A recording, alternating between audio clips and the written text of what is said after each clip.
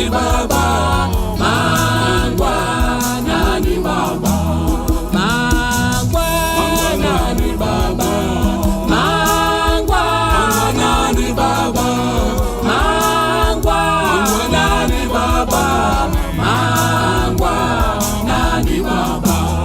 Zira zenyu baba zakanaka kwazvo, kana dzichinetsa ndinotenga imwe.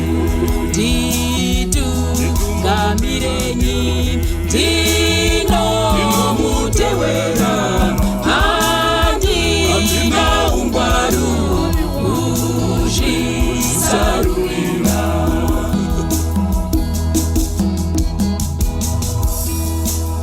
Wana mai, wana baba, wakomana nevasikana, nguva yekunamata, nguva yeching'ando.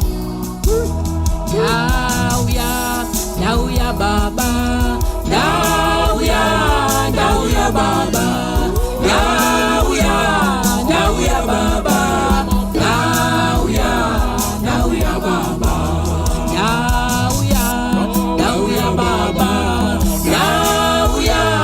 ndauya baba, ndauya baba, ndauya baba.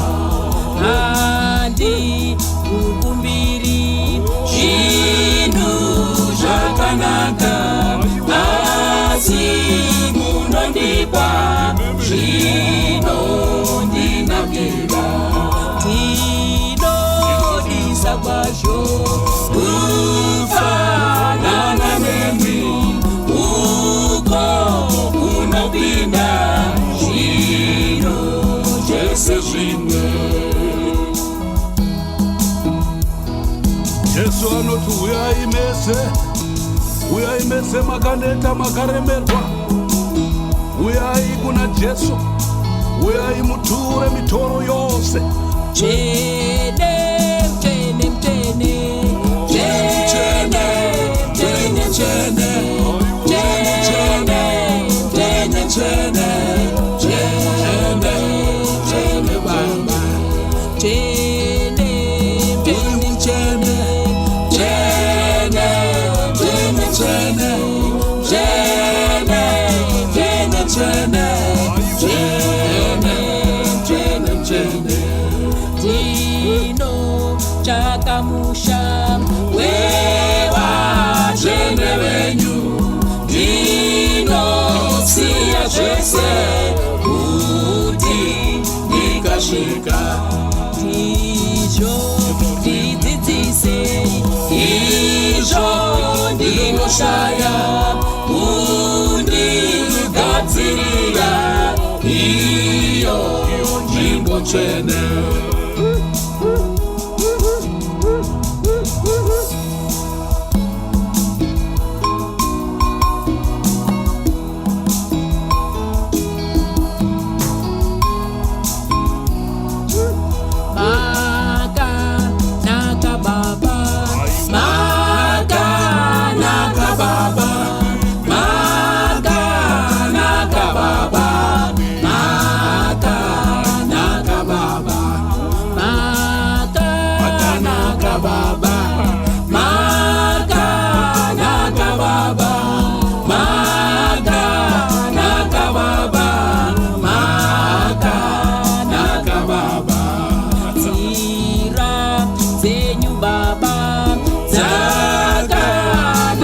Kwazvo ndinofadzwa ndidzo, dzimwe handinigwa. Muri zviro zvese mune moyo wangu, nzira dzenyu baba dzine ndaramiso.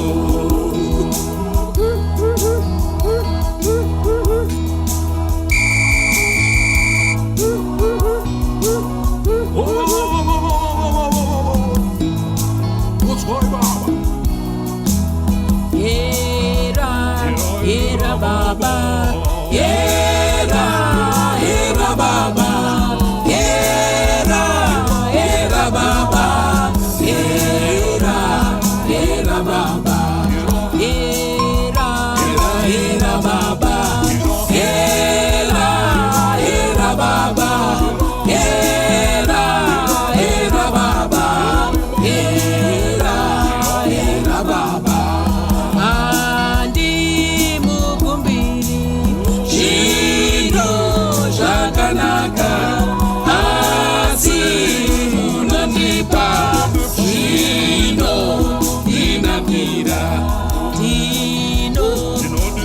kwazvo kufanana nemwi uko kunopinda zvinhu zvese zvimwe.